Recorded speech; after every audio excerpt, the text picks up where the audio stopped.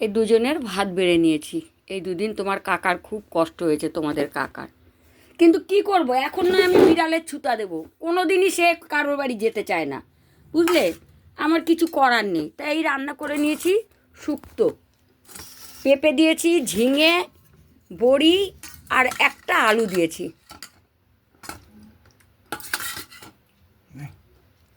তো এই রান্না করেছি, মানে বড়ি ঠড়ি দিয়ে একটা শুক্তো রান্না। একটু নাও, দেবো? হ্যাঁ, ওইটা নিয়ে নাও, মানে ওইটা নিয়ে নাও। শুক্তোটা অ্যাকচুয়ালি ওনার জন্যই করা। তা সত্যি কথা বলতে কি জানো, এই দুদিন আমার মানে কি বলবো তোমাদের, আমার শরীরটা এত খারাপ ছিল, জানি না কেন। শনিবার দিন মেয়ের বাড়ি গেলাম, যদি একটা কুটায় হাত দিয়ে থাকি না, শনিবারে কোনো কাজ করলাম না, রবিবারে কোনো কাজই করিনি। শরীরটা আমার এতটা খারাপ ছিল, কিন্তু ভাই বাড়িতে এসে তো করতেই হবে, তাই না? না করলে হবে কি করে? আর এই দিকে কী করেছি দেখো, ডিম সিদ্ধ করেছি। আর দেখো এই যে ঘরের মধ্যে লেবু ছিল ফ্রিজে, মানুষ তো একটু ফ্রিজটা খুলে দেখে, এটা কিন্তু কাগজি লেবু, পাতি লেবু না, হ্যাঁ। আর আমার জন্য একটা ডিম সিদ্ধ নিয়ে নিলাম। আর তোমাদের কাকার জন্য কি করেছি চলো দেখাচ্ছি। এই তোমাদের কাকার জন্য ডিম মামলেট করেছি। আর এটা করেছি পেঁয়াজি। আচ্ছা, আর নেবেন? আর আমিও নিয়ে নিলাম পেঁয়াজি।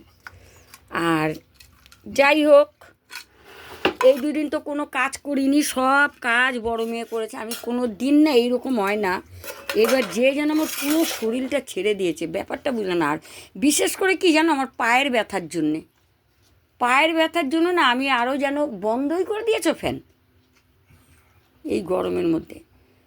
পায়ের ব্যথার জন্য আরও বিশেষ করে আমার শরীরটা এত খারাপ ছিল, বুঝলে। এই বড়িগুলো সেদ্ধ হয়েছে? আচ্ছা।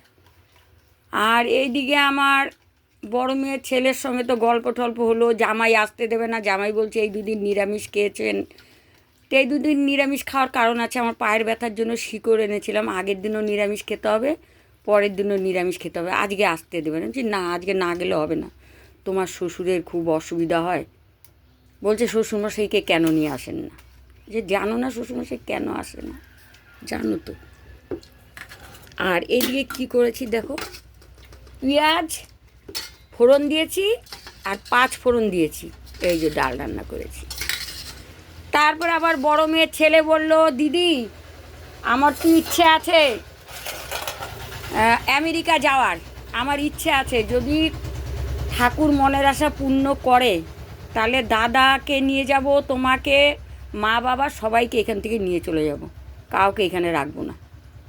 এই যে কথাটা যে বললো, কতটা ভালো লাগলো বলো, কতটা সুন্দর লাগলো।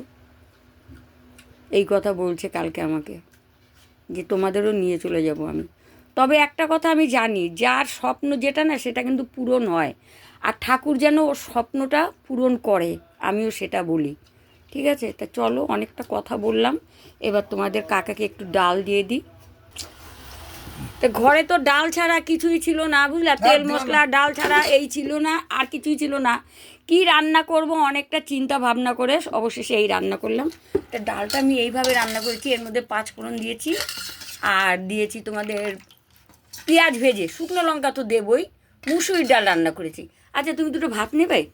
ডিমটা খেয়ে দূর, বড়াটা খেয়ে দেখো তো কেমন হয়েছে, ওটার মধ্যে আমি ডিম ভেঙে দিয়েছি।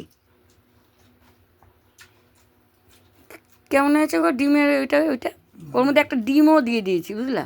আর ডালটা, হ্যাঁ ডালটা লেবু চটকাইছো, লেবুটায় ভালো রস ছিল, কালকেও নিয়ে আসবো। কাগজি লেবুর মতন লেবু হয় না, কি বলো?